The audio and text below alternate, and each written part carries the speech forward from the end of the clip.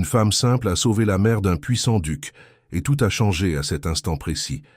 Ce qui semblait être un acte de courage est devenu le début de quelque chose que personne n'aurait pu imaginer. Mais ce qu'elle a reçu après cela n'était ni de l'argent, ni une reconnaissance ordinaire. Si vous aimez les histoires d'amour et de romance, regardez jusqu'au bout. Vous ne le regretterez pas. Abonnez-vous à cette chaîne et laissez un commentaire pour nous dire d'où vous écoutez cette belle histoire. Nous continuons. L'odeur de la coriandre fraîche se mêlait à l'arôme du pain sortant du four quand Amandine souleva la caisse de tomates et l'appuya sur sa hanche. Le marché d'Aligre était bondé ce samedi matin, comme c'était toujours le cas le week-end. Elle connaissait chaque allée de cet endroit, chaque vendeur, chaque cri annonçant des promotions qui n'étaient jamais aussi bonnes qu'elles le paraissaient. Elle avait 27 ans et avait passé la majeure partie d'entre eux entre ses étals, d'abord en aidant sa mère, puis seule, puis simplement pour survivre. La caisse pesait lourd dans ses bras, mais Amandine y était habituée. Elle pesait moins que bien d'autres choses qu'elle avait portées dans sa vie. Elle esquiva un groupe de touristes qui photographiaient les structures anciennes du marché, passa frôlant une pile d'ananas et se dirigea vers la sortie latérale, où sa charrette l'attendait contre le mur de briques anciennes. Encore 4 trajets, et elle aurait acheté tout ce dont elle avait besoin pour la semaine. 4 trajets signifiaient 2 heures de travail acharné, des bras endoloris et la certitude qu'elle pourrait maintenir sa petite épicerie de quartier approvisionnée pour quelques jours de plus. C'est alors qu'un cri résonna dans le marché, un cri aigu, féminin, suivi d'un silence étrange qui ne dura qu'une seconde, avant que le chaos n'explose. Amandine lâcha la caisse au sol sans réfléchir, les tomates roulant dans toutes les directions, tandis qu'elle pivotait vers le son. Il y avait un mouvement désordonné près des étals de boucherie, des gens courant dans des directions opposées, des voix se chevauchant dans une panique croissante. Et puis elle le vit, un cheval, imposant, effrayé, les yeux écarquillés, et les sabots frappant le pavé avec une force qui résonnait contre les murs centenaires. Il n'était pas courant de voir des chevaux ici, mais occasionnellement, un fournisseur des zones rurales environnantes apportait des marchandises de manière traditionnelle pour une foire. Celui-ci était clairement hors de contrôle, tirant une charrette qui s'écrasait contre les étals, renversant caisses et sacs. Amandine n'était pas une experte en animaux, mais quelque chose n'allait pas dans cette scène. Le cheval n'était pas seulement effrayé, il était en véritable panique, comme si quelque chose l'avait frappé, provoqué au-delà du supportable. Et au milieu de l'allée, directement sur la trajectoire de l'animal, se trouvait une femme. Elle n'était pas jeune. Elle avait peut-être 65 ans, des cheveux gris attachés en un chignon élégant, des vêtements qui criaient le raffinement même dans le chaos du marché. Elle tournait le dos au cheval, appuyée sur une canne, discutant avec quelqu'un qui s'était déjà enfui. La femme tourna lentement le visage, percevant le mouvement autour d'elle, et c'est alors qu'Amandine vit l'expression de celui qui comprend le danger mais ne peut réagir à temps. Sa jambe! La femme boitait, elle ne pourrait pas s'écarter du chemin. Amandine ne réfléchit pas. Elle courut tout simplement. Ses vieilles baskets frappèrent le sol mouillé. Elle sauta par-dessus une caisse d'oranges renversée, poussa de l'épaule un homme paralysé par la peur et atteignit la femme au moment exact où le cheval approchait. Il n'y avait pas de temps pour la délicatesse.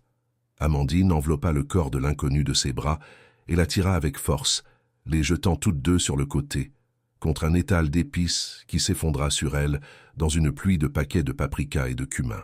Le cheval passa si près qu'Amandine sentit la chaleur de l'animal, l'odeur de sueur et de cuir, le vent déplacé par les sabots qui faillirent les percuter.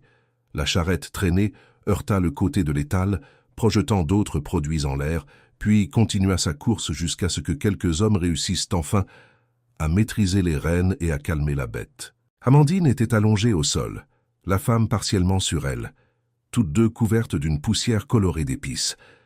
Son coude la brûlait là où il avait frotté le ciment, et elle sentait son cœur battre si fort qu'il semblait vouloir sortir de sa poitrine. Mais la femme respirait. Elle était vivante. Elle était en sécurité. « Madame, est-ce que vous allez bien ?» réussit à demander Amandine, la voix rauque. La femme ne répondit pas immédiatement. Elle resta immobile quelques secondes, les yeux fermés, respirant profondément. Lorsqu'elle ouvrit enfin les yeux, il n'y avait ni hystérie ni désespoir.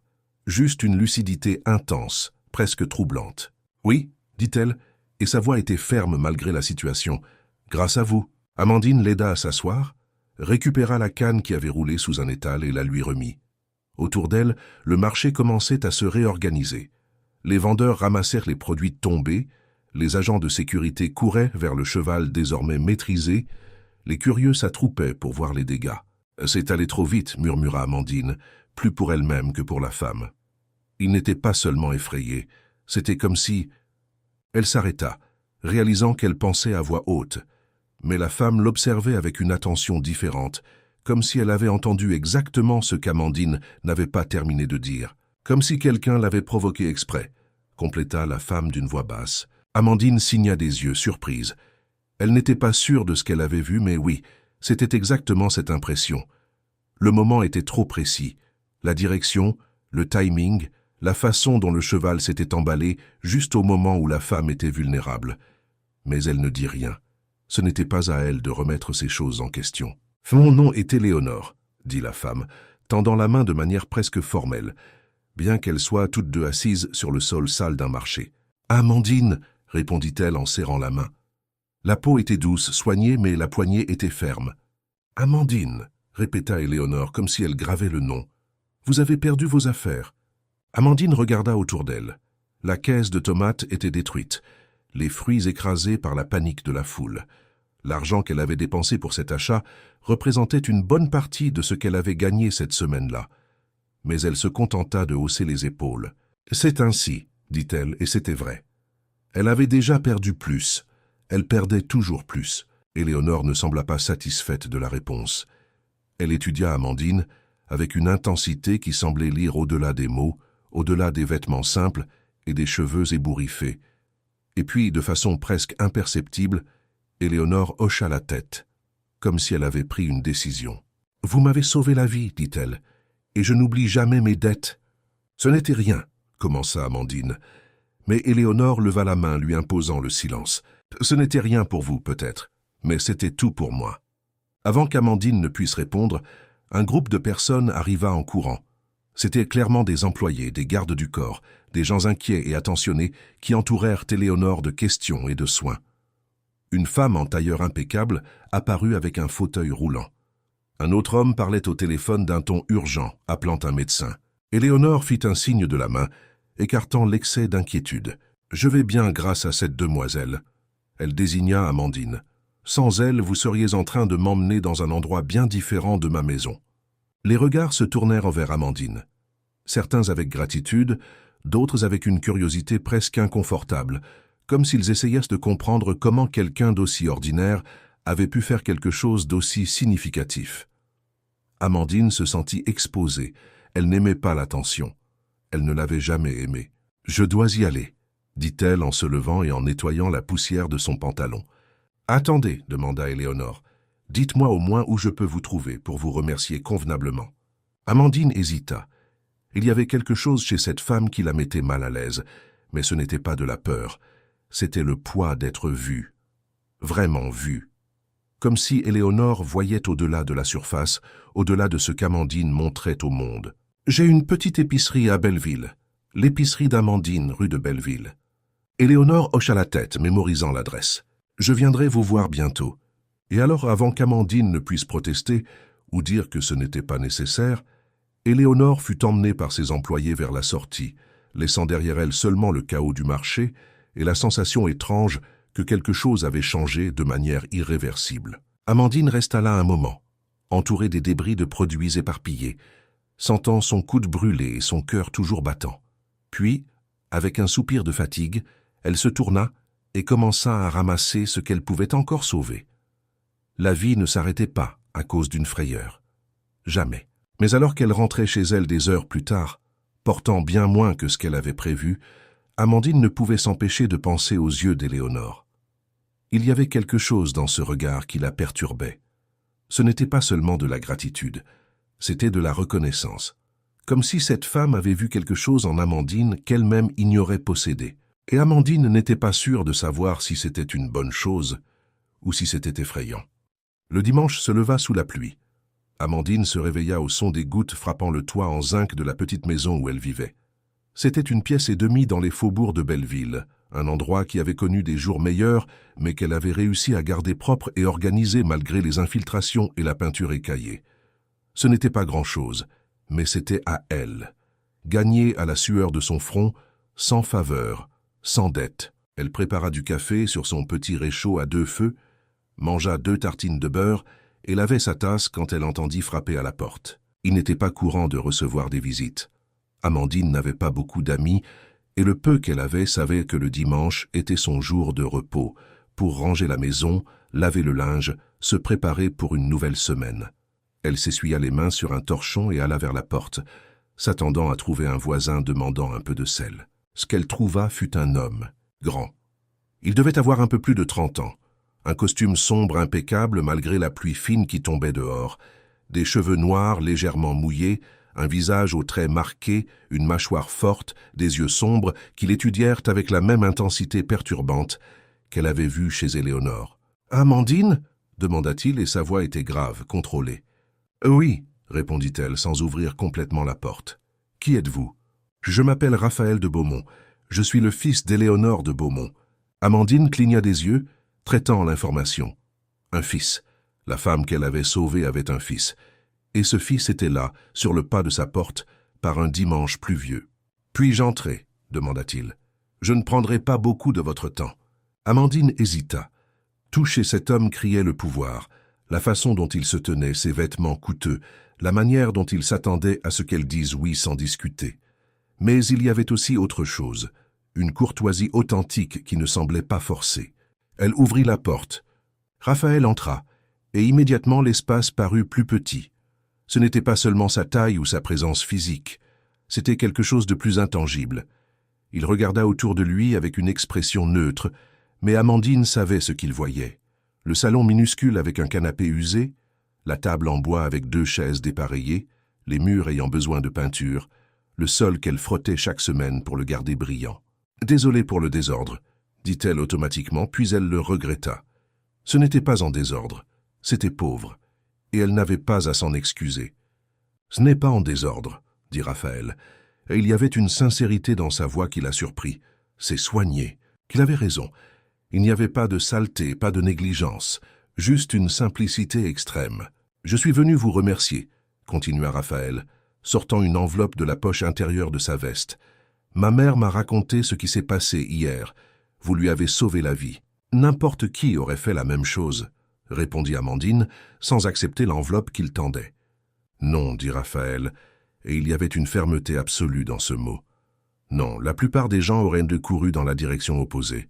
Vous avez couru vers le danger. » Amandine croisa les bras, mal à l'aise face au compliment. « Votre mère a dit qu'elle viendrait me voir. Je ne m'attendais pas à ce qu'elle envoie quelqu'un. Elle ne m'a pas envoyé. C'est moi qui ai voulu venir. » Il y eut un silence.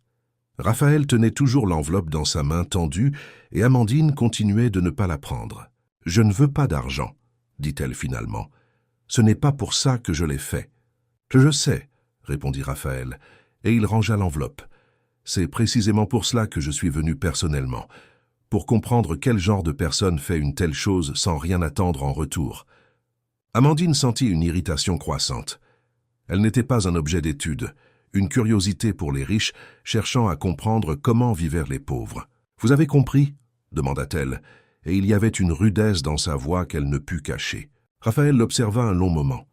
Il ne semblait pas offensé, juste intéressé. « Pas encore, » admit-il, « mais j'aimerais essayer. » Il se tourna pour partir, mais s'arrêta sur le seuil. « Ma mère aimerait vraiment vous revoir.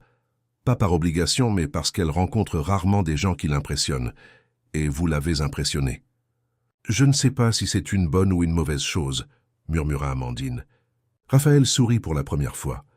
C'était un petit sourire, presque réticent, mais qui transforma complètement son visage. « Avec ma mère, c'est généralement les deux à la fois. » Et puis il partit, laissant Amandine seule avec la pluie frappant le toit et le sentiment étrange que sa vie venait de faire un pas vers quelque chose qu'elle ne comprenait pas totalement. Elle ne le savait pas encore, mais Raphaël de Beaumont était l'un des hommes d'affaires les plus puissants de Paris. Héritier d'un empire construit sur 3 générations, un homme habitué à avoir le contrôle sur tout ce qui l'entourait, admiré et craint à parts égales. Et pour la première fois depuis longtemps, il avait rencontré quelqu'un qui ne s'inclinait pas devant lui. Pas par défi, mais par dignité. Et cela le perturbait plus qu'il ne voulait l'admettre. La semaine suivante passa lentement pour Amandine, chaque jour s'étirant dans la même routine habituelle. Se réveiller avant l'aube, ouvrir l'épicerie, servir les clients, fermer en fin d'après-midi, rentrer chez elle épuisée. C'était une vie prévisible, et il y avait un certain confort dans cette prévisibilité. Elle savait exactement à quoi s'attendre. Il n'y avait pas de surprise, jusqu'à ce qu'il y en ait une. Le jeudi, alors qu'elle organisait les caisses de légumes devant l'épicerie, une voiture s'arrêta sur le trottoir. Ce n'était pas n'importe quelle voiture. C'était une Mercedes noire rutilante, avec un chauffeur en uniforme qui descendit et ouvrit la portière arrière avec une révérence presque théâtrale. Éléonore descendit de la voiture, s'appuyant sur sa canne, mais avec la même dignité dont Amandine se souvenait. Elle portait une robe en lin beige et un collier de perles qui valait probablement plus que tout ce qu'Amandine possédait. Quelques passants s'arrêtèrent pour observer, curieux de cette apparition si hors contexte dans ce quartier simple. « Amandine !» salua Éléonore, comme si elle se retrouvait pour un thé prévu depuis des semaines. « Madame de Beaumont !» répondit Amandine, essuyant ses mains sur son tablier. « Je ne m'attendais pas à vous voir ici. J'avais dit que je viendrais. » Éléonore entra dans l'épicerie, ses yeux parcourant les étagères simples, les fruits disposés avec soin, le sol propre bien cuisé. Amandine se sentit à nouveau exposée, comme si chaque détail de cet endroit révélait quelque chose sur elle qu'elle aurait préféré garder privé. « Puis-je vous parler en privé ?» demanda Éléonore. Amandine hésita, mais hocha la tête et guida la femme vers l'arrière-boutique, où se trouvait une minuscule pièce servant de dépôt et de bureau improvisé. Éléonore s'assit sur la seule chaise disponible sans montrer d'inconfort, tandis qu'Amandine restait debout, appuyée contre le mur. « Je vais aller droit au but », commença Éléonore. « J'ai besoin de quelqu'un en qui je puisse avoir confiance, quelqu'un de loyal, de capable, qui ne se laisse pas intimider facilement. » Amandine fronça les sourcils. « Je ne comprends pas. »« Je vous propose un travail, dans ma maison. » Le silence qui suivit fut dense. Amandine traita les mots, cherchant le piège, l'astuce cachée. « Quel genre de travail ?» demanda-t-elle finalement. « Initialement, m'aider à gérer l'organisation domestique. Mais avec le temps, possiblement quelque chose de plus. J'ai beaucoup d'engagement, beaucoup de responsabilités. J'ai besoin de quelqu'un qui puisse m'assister de manière plus large. » « Il existe des agences spécialisées pour cela, » dit Amandine, « des gens formés. »« Il en existe, » admit Éléonore. « Et elle m'envoie toutes des employés parfaitement adéquats et complètement inintéressants. Je veux quelqu'un de différent. »« Pourquoi moi ?» Éléonore sourit, et il y avait quelque chose de las dans ce sourire. « Parce que quand tout le monde s'est enfui, vous avez couru vers le danger. Parce que quand je vous ai offert de l'argent, vous avez refusé. Parce que mon fils est venu ici et a été intrigué par une femme qui n'a pas essayé de l'impressionner. » Elle fit une pause. « Et parce que j'ai vu quelque chose sur ce marché, quelque chose qui n'était pas un accident. Et vous l'avez vu aussi, même si vous ne l'avez pas dit. » Amandine sentit un frisson lui parcourir l'échine. Éléonore croyait donc réellement que quelqu'un avait provoqué le cheval exprès, avait essayé de la blesser, peut-être de la tuer. « C'est dangereux, » murmura Amandine. « La vie est dangereuse, » répondit Éléonore avec simplicité. « La question est de choisir de quel côté vous voulez être quand le danger survient. » Amandine regarda ses propres mains, calleuses à force de travail, puis l'épicerie à travers la porte entr'ouverte. Cet endroit était tout ce qu'elle avait construit, sa sécurité, son indépendance. Mais c'était aussi une limitation. C'était se réveiller chaque jour en sachant exactement ce qu'elle pourrait atteindre, et ce n'était pas grand-chose. « Combien de temps ai-je pour décider ?» demanda-t-elle. « Combien de temps vous faut-il » Amandine prit une profonde inspiration. « Aucun, j'accepte. » Éléonore hocha la tête, comme si elle savait déjà quelle serait la réponse. « Très bien. Vous pouvez commencer lundi prochain. J'enverrai quelqu'un vous chercher à 8 heures du matin. » « Et l'épicerie ? Vendez-la ou fermez-la ou trouvez quelqu'un pour la gérer. Quoi que vous décidiez, ce chapitre est terminé. » Et il l'était vraiment. Amandine le sut au moment où elle dit oui. Il n'y avait pas de retour en arrière. Il n'y avait que l'avenir, vers un territoire complètement inconnu. L'hôtel particulier des Beaumont se trouvait dans l'un des quartiers les plus nobles de Paris, dans le 16e arrondissement, caché derrière de hauts murs et des portails électroniques. Quand le chauffeur arrêta la voiture devant l'entrée, Amandine dut contenir l'impulsion de demander à faire demi-tour. C'était une erreur. Elle n'appartenait pas à ce monde. Mais il était déjà trop tard pour reculer. La maison était immense, de style néoclassique avec des colonnes blanches et d'immenses fenêtres qui reflétaient le soleil du matin. Des jardins parfaitement entretenus s'étendaient de tous côtés avec des fontaines, des statues et des arbres centenaires. Amandine suivit une gouvernante austère à travers des couloirs de marbre, passant devant des salons qui ressemblaient à des musées jusqu'à être conduite dans une chambre au 2e étage. « Ce sera votre chambre », informa la gouvernante avec une froideur professionnelle. « Madame de Beaumont vous attend dans la bibliothèque dans 1 heure. Je vous suggère de vous préparer. » Et puis elle sortit, laissant Amandine seule. La chambre était plus grande que sa maison tout entière. Un lit à baldaquin, une armoire en acajou, une salle de bain privée avec une baignoire victorienne. Amandine s'assit sur le bord du lit, se sentant comme une imposture. Tout ici était beau, parfait, intouchable. Elle avait peur de respirer trop fort et de casser quelque chose. Mais alors elle se souvint des mots d'Éléonore. « Je ne veux pas de quelqu'un d'adéquat, je veux quelqu'un de différent. » Amandine se leva, prit une douche rapide. Elle ne toucha pas à la baignoire, elle semblait trop sacrée. Mit ses meilleurs vêtements, un pantalon noir simple et un chemisier blanc à boutons, et descendit retrouver Éléonore. La bibliothèque avait la taille d'une petite librairie, avec des étagères du sol au plafond remplies de livres en plusieurs langues. Éléonore était assise dans un fauteuil en cuir, lisant quelque chose sur une tablette, ses lunettes de lecture suspendues à son collier de perles. « Ponctuelle », observa-t-elle quand Amandine entra. « Très bien. Je ne sais pas exactement ce que je dois faire », admit Amandine. « Pour l'instant, observer, apprendre, comprendre comment les choses fonctionnent ici. Je ne m'attends pas à ce que vous sachiez tout immédiatement. Je m'attends à ce que vous fassiez attention. » Et c'est exactement ce qu'Amandine fit. Dans les jours qui suivirent, elle fut initiée à la routine de la maison. Se réveiller à 6 heures, vérifier l'agenda d'Éléonore, coordonner avec l'équipe domestique, recevoir les fournisseurs, organiser les rendez-vous. C'était différent de tout ce qu'elle avait fait auparavant, mais ce n'était pas impossible. Amandine avait une bonne mémoire, apprenait vite, et n'avait pas peur de poser des questions quand elle ne comprenait pas quelque chose. Le plus difficile, c'était les gens. L'équipe domestique la regardait avec un mélange de curiosité et de dédain mal déguisé. Elle entendait les murmures quand elle passait, les conversations qui s'arrêtèrent brusquement quand elle entrait dans une pièce. Pour qui se prend-elle? Elle sort de nulle part. Elle ne tiendra pas 1 mois. Pas un. Amandine les ignorait. Elle avait entendu pire dans sa vie. Le véritable test vint lors du dîner de vendredi. Éléonore l'invita à manger dans la salle à manger principale, quelque chose qui n'était clairement pas habituel. La table pouvait accueillir 12 personnes, mais ce soir-là, il n'était que 3. Éléonore, Amandine et Raphaël. Il arriva en retard, retirant sa veste et desserrant sa cravate en entrant.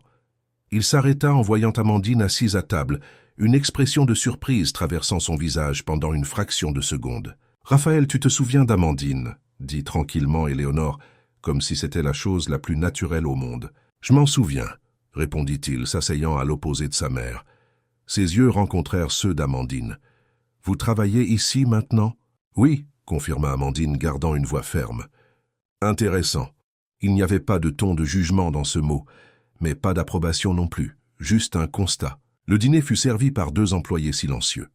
Amandine observa discrètement comment Éléonore et Raphaël tenaient leurs couverts, quel ordre ils utilisaient, quand ils buvèrent de l'eau. Ce n'était pas de la vanité, c'était de la survie. Une erreur à cette table et elle serait écartée comme incompétente. « Comment vous adaptez-vous » demanda Raphaël après quelques minutes de silence. « Bien, » répondit Amandine. « C'est différent de ce dont j'ai l'habitude, mais pas impossible. Que faisiez-vous avant ?»« J'avais une petite épicerie. Je vendais des fruits et des légumes. » Elle vit une surprise authentique sur son visage. « Et vous avez tout laissé pour venir travailler ici ?»« J'ai tout laissé pour avoir une opportunité différente. » « C'est courageux de votre part. »« Ou désespéré, » rétorqua Amandine avant de pouvoir se contenir. Il y eut un silence tendu.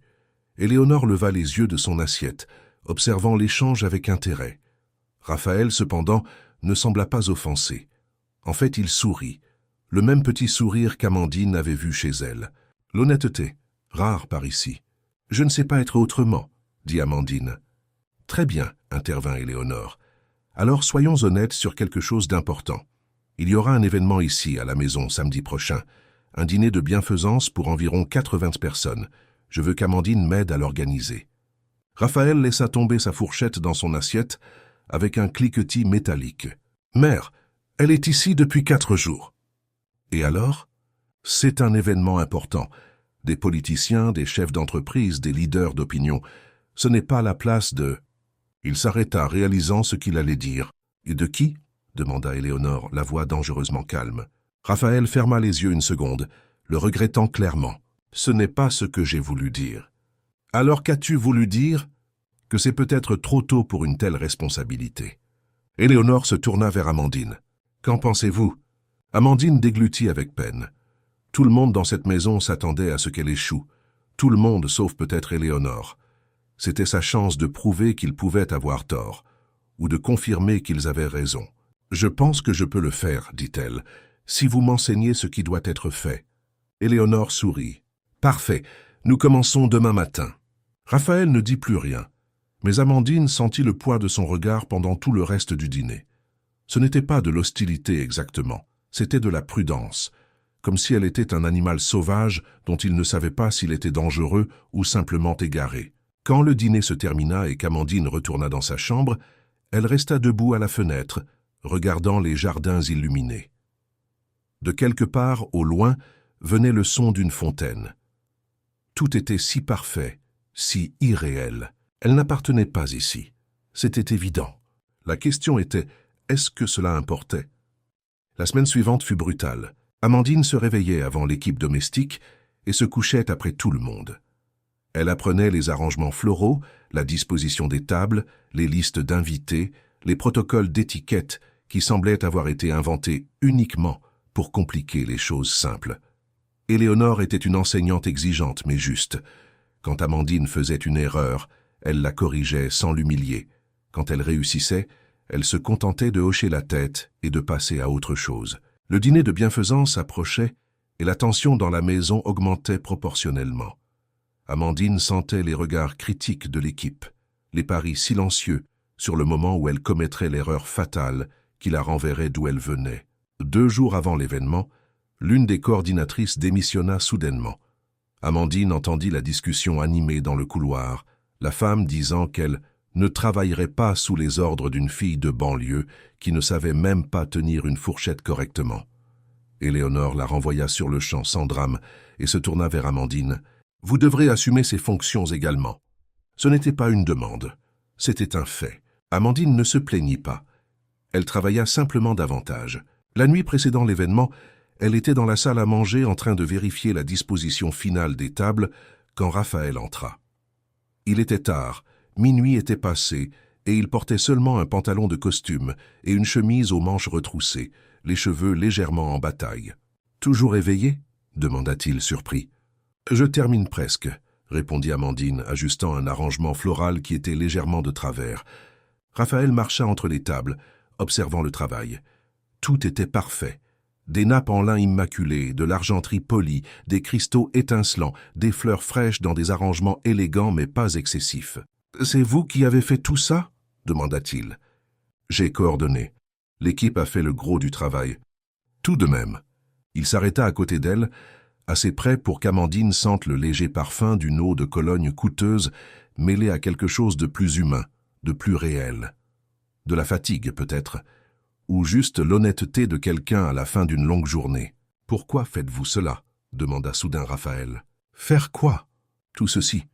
Travailler jusqu'à l'aube pour un événement qui n'est même pas le vôtre, pour des gens qui remarqueront à peine votre existence. » Amandine arrêta ce qu'elle faisait et le dévisagea. « Parce que votre mère a cru en moi quand personne d'autre ne l'aurait fait, et parce que je ne sais pas faire les choses à moitié. » Raphaël l'étudia en silence, ce regard intense qui semblait vouloir déchiffrer quelque chose qu'il ne parvenait pas à comprendre totalement. « Vous n'avez pas peur d'échouer ?»« J'en ai une peur bleue, » admit Amandine.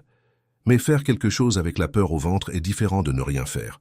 Il y eut un moment de silence, un de ces moments où le temps semble ralentir, où 2 personnes se regardent et voient plus qu'elles ne le devraient, plus qu'il n'est prudent de voir. Ce fut Raphaël qui détourna le regard le premier. « Bonne chance pour demain, dit-il, la voix légèrement enrouée. « Merci. » Il sortit, et Amandine resta seule dans l'immense salle entourée de tables parfaitement dressées pour des gens qui ne la verraient jamais comme leur égal. Mais peut-être, juste peut-être, l'un d'eux commençait déjà à la voir comme quelque chose de plus. Elle ne savait pas encore que ce regard que Raphaël lui avait lancé, avant de partir, n'était pas seulement de la curiosité ou du respect professionnel. C'était le premier frisson de quelque chose qu'il n'était pas prêt à ressentir, et qui allait tout changer. Le salon était impeccable quand les premiers invités commencèrent à arriver.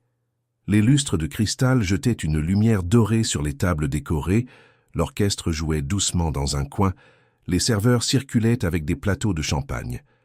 Amandine était postée discrètement près de l'entrée de la cuisine, supervisant le flux des plats, vérifiant chaque détail avec la même précision qu'elle avait apprise la semaine dernière. Elle portait une robe simple d'un ton bleu marine qu'Éléonore avait insisté pour lui acheter.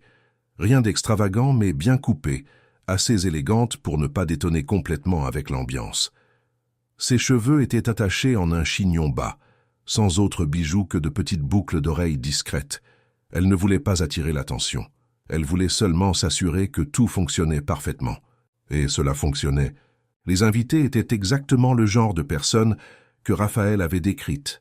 Des politiciens aux sourires répétés, des chefs d'entreprise discutant affaires entre deux gorgées de vin cher, des femmes du monde couvertes de diamants qui valaient plus que ce qu'Amandine gagnerait dans toute sa vie. Elle les observait de loin, étudiant comment ils bougeaient, comment ils parlaient, comment ils semblaient parfaitement à l'aise dans un monde qui, pour elle, ressemblait encore à du théâtre. Éléonore circulait entre les groupes avec une grâce naturelle, saluant chaque personne par son nom, engageant de petites conversations qui semblaient authentiques, même si elles étaient probablement calculées. Raphaël était à ses côtés, impeccable en smoking noir, jouant parfaitement le rôle du fils attentionné et de l'homme d'affaires accompli. Mais Amandine percevait, peut-être parce qu'elle observait de l'extérieur, qu'il y avait quelque chose de mécanique dans ses gestes, comme s'il jouait une pièce. Tout se passa bien pendant le dîner. Les plats furent servis au bon moment, les vins s'accordaient parfaitement, les conversations étaient fluides. Amandine s'autorisa à se détendre un minimum, pensant qu'elle réussirait peut-être à traverser cette soirée sans incident. C'est alors que la gouvernante s'approcha, le visage tendu. « Nous avons un problème en cuisine », chuchota-t-elle. « Le chef principal est souffrant. Une intoxication alimentaire, apparemment. » Amandine sentit son estomac se nouer. Combien de plats manquent encore? Le dessert, pour 80 personnes. Le dessert était le grand final, un millefeuille élaboré aux fruits rouges qui devait être monté individuellement à la dernière minute. Cela exigeait de la précision, de la technique et surtout du temps. « Combien d'aides avons-nous en cuisine ?» demanda Amandine, calculant déjà mentalement. « 3, mais aucun d'eux ne sait faire le montage du millefeuille. » Amandine ferma les yeux une seconde, réfléchissant rapidement. Elle pouvait servir quelque chose de plus simple, mais cela se remarquerait. Des gens de ce niveau remarquaient quand quelque chose était en dessous du standard promis. Ou bien, elle pouvait essayer. « Je sais le faire, » dit-elle. La gouvernante la regarda avec un scepticisme évident. « Vous ? J'ai travaillé 6 mois dans une pâtisserie quand j'avais 19 ans. J'ai appris à faire le millefeuille. » Ce n'était pas un mensonge, mais c'était aussi il y a bien longtemps. « C'est un risque, » dit la gouvernante.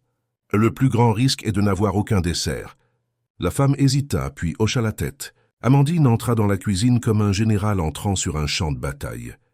Il n'y avait pas de temps pour les doutes. Elle se lava les mains, attacha mieux ses cheveux, mit un tablier et commença à travailler.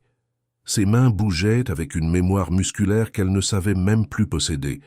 Pâte feuilletée croustillante, crème onctueuse, fruits disposés artistiquement. Chaque assiette était montée avec soin, mais aussi avec rapidité. Les aides observaient surpris, puis commencèrent à l'aider sans qu'elle n'ait à le demander. En 30 minutes, 80 assiettes de millefeuilles étaient prêtes, parfaites, prêtes à être servies.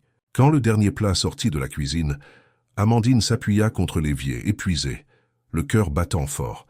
Elle ne remarqua pas que Raphaël se tenait à l'entrée de la cuisine jusqu'à ce qu'il parle. « Alors vous savez aussi faire ça. » Elle se tourna, encore avec son tablier taché de sucre glace. « Il fallait que ce soit fait, » dit-elle simplement. Raphaël entra dans la cuisine, prit un torchon propre et le lui tendit pour qu'elle s'essuie les mains. « La gouvernante m'a raconté ce qui s'est passé. Vous avez sauvé la soirée. J'ai juste fait un dessert. Vous avez fait bien plus que cela. Il y avait quelque chose de différent dans la façon dont il la regardait maintenant. Ce n'était plus la prudence des premiers jours, ni la curiosité polie. C'était du respect. Une reconnaissance authentique. « Pourquoi êtes-vous ici ?» demanda soudain Amandine. « Dans la cuisine, je veux dire. Vous devriez être dehors avec les invités. » Raphaël haussa les épaules, desserrant légèrement sa cravate. « J'en ai assez de jouer la comédie pour aujourd'hui. » L'honnêteté de la réponse la surprit. « C'est toujours comme ça ?» demanda-t-elle. « Comme un rôle que vous devez interpréter ?» Il la regarda un long moment avant de répondre. « Toujours, depuis que j'ai l'âge de comprendre. » Il y avait quelque chose de las dans sa voix, une vulnérabilité qu'Amandine ne s'attendait pas à entendre. « Cela doit être solitaire, » dit-elle, sans se demander si elle devait ou non faire ce commentaire. « Ça leste ?» Le mot resta suspendu entre eux, honnête et pesant. « Mais vous avez tout !» continua Amandine, désignant vaguement le salon. « Le pouvoir, l'argent, le respect. J'ai tout, sauf la liberté de choisir qui je veux être. » Amandine ne sut que répondre à cela. Elle avait toujours pensé que les gens riches avaient tous les choix du monde. Mais peut-être existait-il des prisons différentes. Certaines faites d'or, mais des prisons tout de même. Au moins, vous avez eu l'option de faire un dessert quand vous l'avez voulu, dit Raphaël, et il y avait une pointe d'humour dans sa voix qui atténua le poids de la conversation. Amandine sourit. Ce n'était pas vraiment une option, c'était du désespoir. Tout de même, vous avez choisi d'agir au lieu de paniquer. Et vous ? demanda Amandine. Quand est-ce que vous avez agi pour la dernière fois au lieu de jouer un rôle? La question fut plus directe qu'elle ne l'avait prévu, plus intime. Pendant une seconde, elle crut qu'il s'offusquerait ou changerait simplement de sujet. Mais Raphaël ne fit rien de tout cela. Il resta simplement en silence, réfléchissant, puis dit « Je ne m'en souviens pas ». Et il y avait tant d'honnêteté dans cet aveu qu'Amandine sentit quelque chose se serrer dans sa poitrine. Avant qu'elle ne puisse répondre, la gouvernante revint, informant que certains invités voulaient saluer l'hôtesse avant de partir. Raphaël hocha la tête, ajusta à nouveau sa cravate et redevint l'homme que tout le monde attendait qu'il soit. Mais avant de sortir, il regarda Amandine une fois de plus. « Merci pour aujourd'hui. » Ce n'était pas seulement pour le dessert. Ils le savaient tous les deux. Les jours qui suivirent l'événement apportèrent un changement subtil mais perceptible dans la dynamique de la maison. L'équipe domestique, qui traitait auparavant Amandine avec un dédain mal dissimulé, faisait preuve maintenant d'une neutralité professionnelle. Ce n'était pas de l'amitié, mais c'était du respect. Et c'était déjà un progrès. Éléonore semblait satisfaite, bien qu'elle ne fît jamais de compliments directs. Elle confiait simplement plus de responsabilité à Amandine, ce qui était sa façon de montrer son approbation. Raphaël, de son côté, commença à apparaître plus souvent à des moments imprévisibles, parfois au petit déjeuner, d'autres fois tard le soir, toujours avec une excuse plausible, mais qui semblait de moins en moins convaincante. Et Amandine s'apercevait que, lorsqu'ils se trouvaient dans la même pièce, il y avait une conscience mutuelle, une attention qui n'existait avec personne d'autre. Un soir, 2 semaines après l'événement, Amandine était dans la bibliothèque en train d'organiser des documents quand Raphaël entra. Elle était déjà habituée à ces apparitions, mais elle sentait encore une accélération de son cœur qu'elle tentait d'ignorer. « J'ai besoin d'un livre », dit-il, mais il ne fit aucun mouvement vers les étagères. « Lequel ?» demanda Amandine sans lever les yeux de ses papiers. « Je n'ai pas encore décidé. » Elle sourit malgré elle. « Alors, vous n'avez peut-être pas besoin d'un livre. »« Peut-être pas. » Raphaël s'assit dans le fauteuil en face du bureau où Amandine travaillait. Il portait des vêtements décontractés, un jean et une chemise sans cravate, et paraissait plus jeune ainsi, moins chargé par le poids des attentes. « Puis-je vous poser une question ?» dit-il. « Oui. Pourquoi avez-vous réellement accepté de venir travailler ici? Et ne me dites pas que c'était seulement pour l'opportunité. » Amandine posa les documents de côté et s'adossa à sa chaise, réfléchissant à la question. Elle pouvait donner une réponse superficielle, maintenir la distance de sécurité entre eux. Mais il y avait quelque chose dans ce moment, dans cet espace silencieux entouré de livres, qui appelait à l'honnêteté. « Parce que j'étais fatiguée, admit-elle. Fatiguée de lutter autant pour rester toujours au même endroit. Fatiguée de savoir exactement ce que serait ma vie dans 5, 10, 20 ans. Et avec la peur qu'en arrivant à la fin, je réalise que je n'ai jamais rien tenté de différent. » Raphaël l'observait avec une intensité qui lui donnait envie de détourner le regard, mais elle ne le fit pas. « Et l'avez-vous regretté ?» demanda-t-il. « Parfois. Quand quelqu'un me regarde comme si je ne devais pas être ici, quand je fais une erreur et que je confirme ce que tout le monde pensait déjà de moi. Vous faites bien moins d'erreurs que vous ne l'imaginez. Mais j'en fais, et chacune de mes erreurs est plus visible que les erreurs de n'importe qui d'autre. C'est vrai, admit Raphaël, et il y avait une tristesse dans cet aveu. C'est injuste, mais c'est vrai. Amandine inclina la tête, curieuse. Cela ne vous dérange pas? L'injustice? Si, mais j'ai grandi dedans. Il est difficile de lutter contre quelque chose qui est si enraciné dans tout ce qui vous entoure. Difficile n'est pas impossible. Raphaël sourit, mais c'était un sourire sans joie. Vous parlez comme quelqu'un qui croit que les choses peuvent changer. Et vous parlez comme quelqu'un qui a renoncé à y croire. L'observation fut dure, mais pas injuste. Raphaël ne s'offensa pas. En fait, il sembla y réfléchir sérieusement. Peut-être que j'ai renoncé, admit-il. Ou peut-être qu'on ne m'a jamais donné la permission d'y croire en premier lieu. Amandine ressentit une vague de compassion inattendue. Elle avait toujours pensé que les gens dans la position de Raphaël avaient toutes les permissions du monde, mais peut-être que les attentes étaient leur propre forme de prison. « Puis-je poser une question à mon tour ?» dit-elle. « C'est juste. Si vous pouviez choisir n'importe quelle vie, sans tenir compte de la famille, de l'entreprise, des attentes, que choisiriez-vous » Raphaël resta silencieux si longtemps qu'Amandine crut qu'il ne répondrait pas. Mais il dit enfin, presque dans un murmure, « Je ne sais pas, je ne me suis jamais permis d'y penser. » L'honnêteté brute de cet aveu créa une intimité inattendue entre eux. C'était comme si, en partageant ces vulnérabilités, ils avaient franchi une ligne invisible qui les maintenait auparavant dans des camps opposés. « Ma mère vous apprécie », dit soudain Raphaël, changeant de sujet mais pas d'atmosphère. Elle apprécie rarement quelqu'un pour de vrai. Je l'apprécie aussi. Elle est authentique, même en étant si différente de moi. C'est peut-être pour cela. Vous êtes authentique, vous aussi. Dans un monde où tout n'est que performance, c'est rare. Amandine sentit son visage chauffer légèrement sous le compliment. Vous l'êtes aussi, dit-elle, quand vous arrêtez de jouer la comédie. Ce qui n'arrive presque jamais. Sauf maintenant. Leurs yeux se rencontrèrent et maintinrent le contact pendant un moment qui s'étira au-delà du confortable.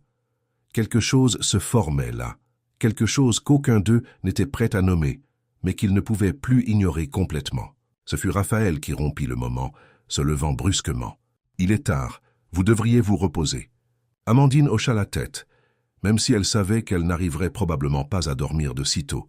Son cœur battait encore trop vite, son esprit traitait trop d'informations. Raphaël marcha vers la porte, mais s'arrêta avant de sortir. « Amandine ?»« Oui, merci, de me rappeler que je peux encore être moi-même. » Et il sortit, laissant Amandine seule dans la bibliothèque, entourée de milliers d'histoires, mais en vivant une qu'aucun livre n'aurait pu prévoir. Elle ne le savait pas encore, mais cette conversation avait planté une graine, une semence de possibilités, de connexions, de quelque chose qui grandirait même s'il tentait de l'ignorer.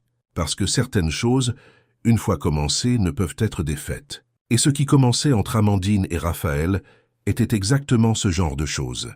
Inévitable, dangereux et complètement impossible de résister beaucoup plus longtemps. Les semaines se transformèrent en un mois, puis en 2. Le printemps arriva à Paris, apportant des pluies intermittentes et une chaleur humide qui rendait la ville encore plus chaotique. Amandine ne se sentait plus tout à fait étrangère dans l'hôtel particulier des Beaumont. Elle connaissait chaque couloir, chaque employé, chaque routine, mais il y avait encore des moments où elle regardait autour d'elle et se demandait comment elle était arrivée là. Éléonore lui faisait de plus en plus confiance, lui déléguant non seulement des tâches domestiques, mais aussi des questions plus complexes. Amandine l'accompagnait à des réunions avec des fournisseurs, aidait à réviser des contrats pour la fondation de bienfaisance qu'Éléonore présidait, offrait des opinions qui, étonnamment, étaient écoutées et souvent suivies. « Vous avez une perspective qui me manquait », dit Éléonore un après-midi, alors qu'elle révisait les chiffres d'un projet social. « Vous voyez des choses que ceux qui ont toujours eu de l'argent ne percevraient jamais. » C'était un compliment déguisé en constatation, mais Amandine avait appris à reconnaître la forme particulière dont Éléonore faisait preuve d'approbation. Raphaël, quant à lui, était devenu une présence constante de manière de moins en moins subtile. Il apparaissait pour le petit déjeuner plus fréquemment, prolongeait des conversations qui auraient pu être brèves, trouvait des raisons d'être dans les mêmes pièces qu'Amandine. Et elle, malgré tous ses efforts pour maintenir une distance professionnelle, ne pouvait ignorer la façon dont son corps réagissait quand il entrait dans une pièce. Une conscience physique immédiate, une accélération involontaire du pouls. Ils n'avaient pas encore franchi de ligne claire, mais la ligne était là, ténue et tentante, et ils le savaient tous les deux. Tout changea un vendredi soir. Amandine travaillait tard dans le bureau d'Éléonore, organisant des documents pour une réunion la semaine suivante.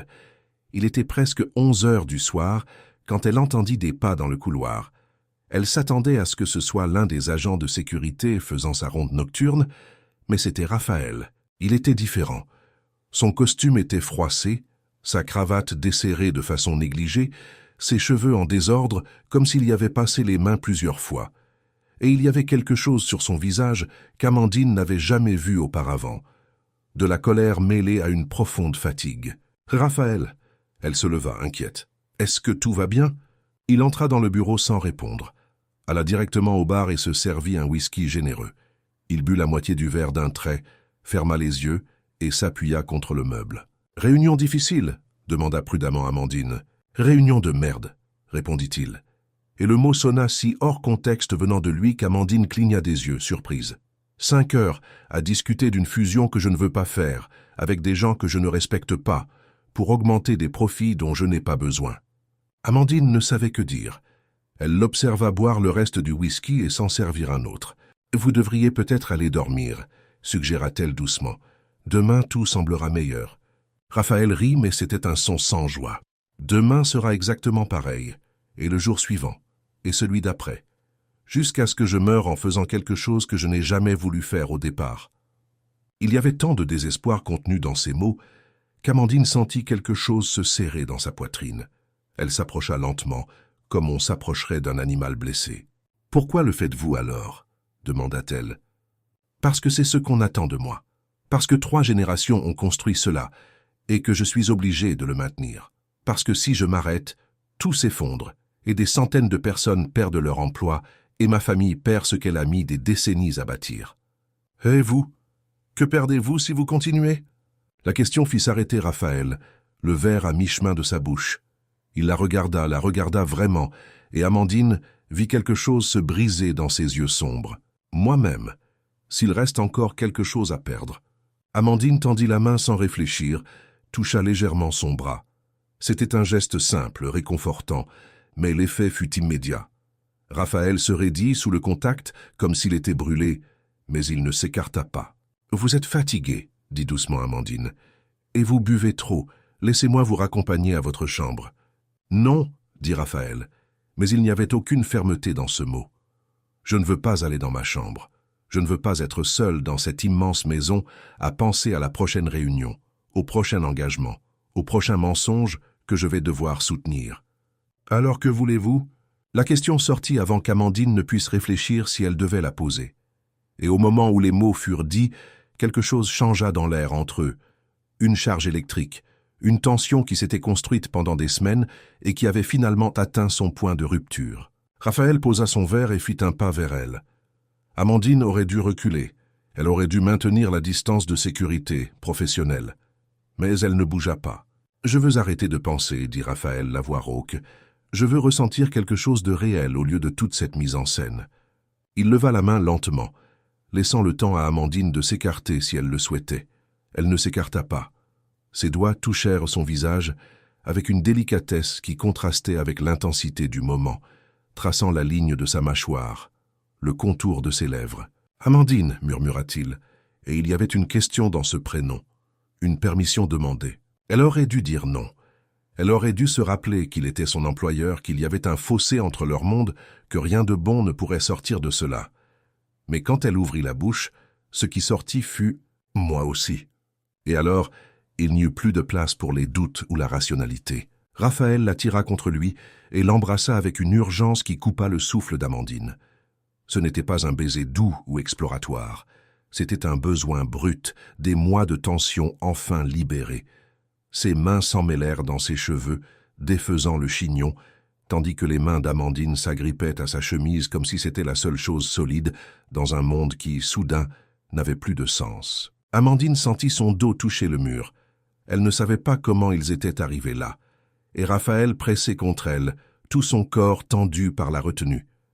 Il l'embrassait comme un homme assoiffé, comme quelqu'un qui avait été privé de quelque chose d'essentiel depuis trop longtemps. Et Amandine répondait avec la même intensité, se surprenant elle-même par la force du désir qu'elle ressentait. Il y avait quelque chose de primitif là-dedans, quelque chose qui allait au-delà de l'attraction physique. C'était de la reconnaissance. C'était trouver quelqu'un qui la voyait complètement et qui pourtant la voulait. Mais soudain, Raphaël s'arrêta. Il s'écarta brusquement, respirant lourdement, les yeux écarquillés, comme s'il venait de s'éveiller d'une transe. « Merde, dit-il. Merde, Amandine, je... » « Non, l'interrompit-elle, la voix tremblante. Ne vous excusez pas. J'avais bu. Je ne réfléchissais pas correctement. Est-ce que vous réfléchissez correctement maintenant ?» Raphaël la regarda, et Amandine vit la lutte intérieure, la raison contre le désir, le devoir contre la volonté. « Oui, admit-il. Et vous le voulez encore ?» Silence, un silence long et pesant. Et puis, « Plus que je ne le devrais ?» Amandine sentit quelque chose se briser et se recomposer en même temps dans sa poitrine. Elle savait que c'était dangereux.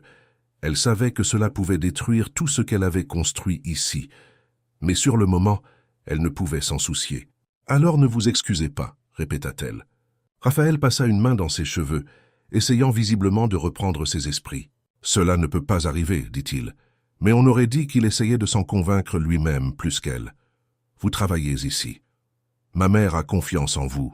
Il y a des attentes, des pressions, des choses que vous n'imaginez même pas. Je les imagine très bien maintenant. » Raphaël la regarda avec un mélange de désespoir et de désir qui brisait le cœur. « Vous ne comprenez pas. Ma vie ne m'appartient pas. Chaque décision que je prends affecte des centaines de personnes. Il y a des plans, des accords.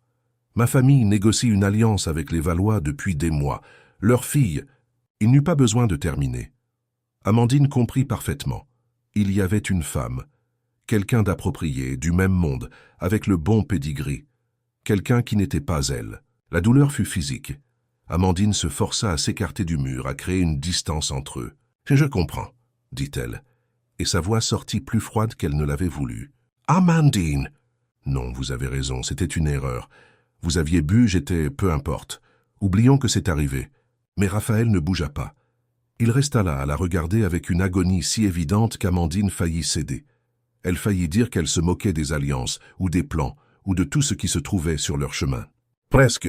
Je devrais y aller, » dit-elle, ramassant son sac et les documents avec des mains tremblantes. « Pas comme ça. Pas en pensant que... » « En pensant quoi? Que vous m'avez embrassé parce que vous le vouliez? Ou que vous allez en épouser une autre parce qu'il le faut ?» Il y avait de l'amertume dans sa voix maintenant, une douleur venant de loin. Les deux peuvent être vrais, Raphaël. Et les deux sont terribles. Elle sortit du bureau avant qu'il ne puisse répondre, avant qu'elle ne s'effondre complètement. Amandine monta dans sa chambre d'un pas rapide, ferma la porte et s'y appuya, respirant avec difficulté. Elle porta sa main à ses lèvres, sentant encore la pression du baiser, la chaleur que Raphaël avait laissée derrière lui. Elle avait été stupide. Elle s'était permis de ressentir quelque chose qu'elle n'aurait jamais dû ressentir. Elle avait oublié pour un instant fatal qui elle était et où elle se trouvait. Mais elle ne pouvait pas revenir en arrière.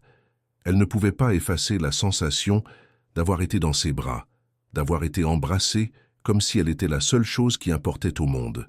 Et c'était la partie la plus effrayante. Parce que maintenant qu'elle y avait goûté, comment pourrait-elle recommencer à vivre sans? Les jours suivants furent les plus difficiles depuis qu'Amandine était arrivée à l'hôtel particulier. Elle et Raphaël s'évitaient avec une précision presque comique. Quand ils devaient être dans la même pièce, ils maintenaient une distance prudente, des conversations strictement professionnelles, des regards qui ne se croisaient jamais. Éléonore s'en rendait compte. Bien sûr qu'elle s'en rendait compte. Elle était trop observatrice pour ne pas remarquer la tension qui remplissait chaque pièce où ils se trouvaient tous les deux.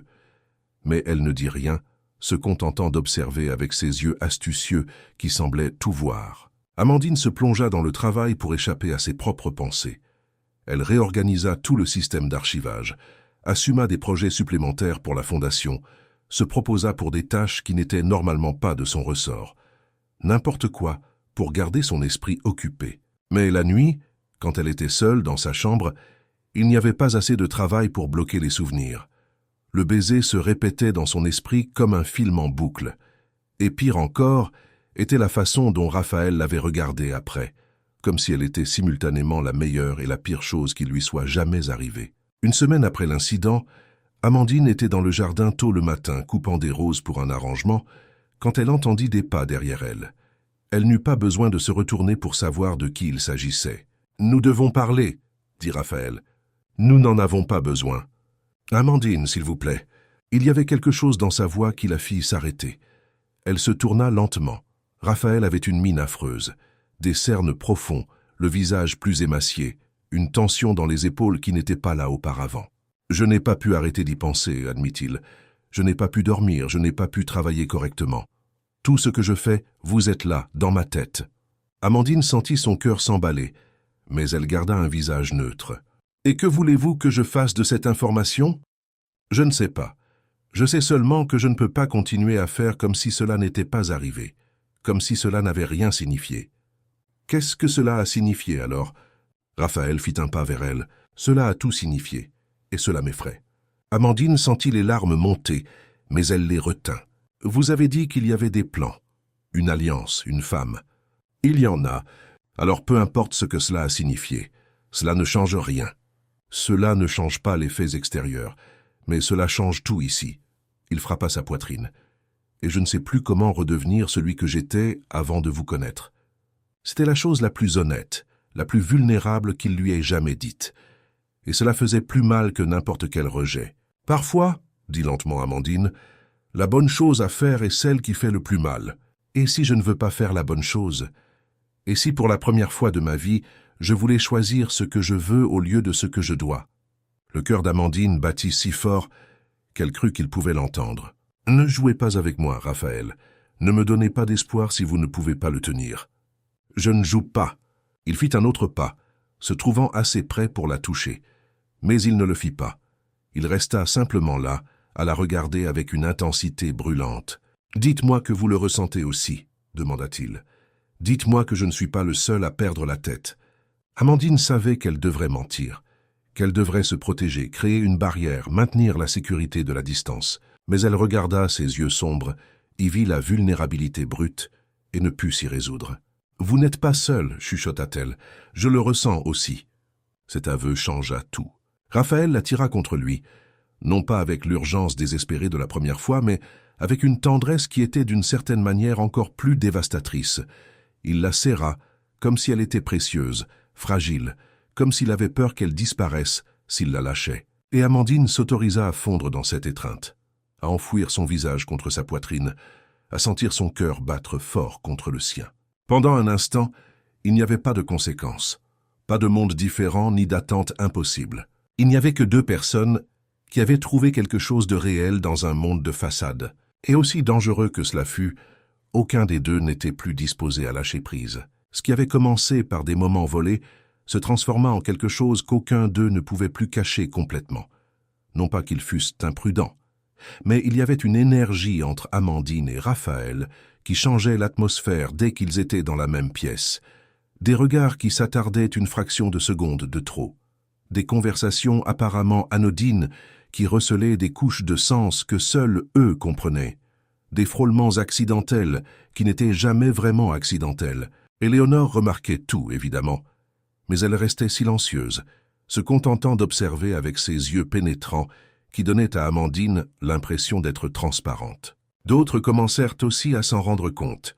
La gouvernante se mit à faire des commentaires subtils sur le professionnalisme adéquat. L'un des gardes semblait toujours se trouver à proximité quand Amandine et Raphaël étaient ensemble. Et puis il y avait Clarisse, la secrétaire personnelle de Raphaël depuis plus de 10 ans, qui regardait Amandine avec une hostilité mal déguisée chaque fois qu'elle devait interagir. Mais le véritable problème commença quand les Valois vinrent dîner. C'est Éléonore qui organisa la rencontre, un dîner formel pour discuter des détails du partenariat commercial entre les deux familles. Et partenariat, tout le monde le savait, était un euphémisme poli pour ce qui était réellement négocié, un mariage de convenance entre Raphaël et Béatrice de Valois. Amandine n'apprit l'existence du dîner que 2 jours avant, quand Éléonore lui demanda de superviser les préparatifs. « Ce sera un événement important », dit Éléonore d'un ton trop neutre. Les Valois sont une famille très traditionnelle. Tout doit être parfait. » Amandine se força à un sourire professionnel. « Bien sûr. Combien d'invités ? » ?»« Seulement 6. Nous 3, le couple de Valois et leur fille, Béatrice. » Le nom tomba entre elles comme une pierre jetée dans une eau stagnante. Éléonore l'observait attentivement, attendant une réaction. Amandine garda une expression neutre. « Je comprends. Une préférence particulière pour le menu ?» Si Éléonore fut déçue ou impressionnée par l'autocontrôle d'Amandine, elle n'en montra rien. « Je m'en remets à vous.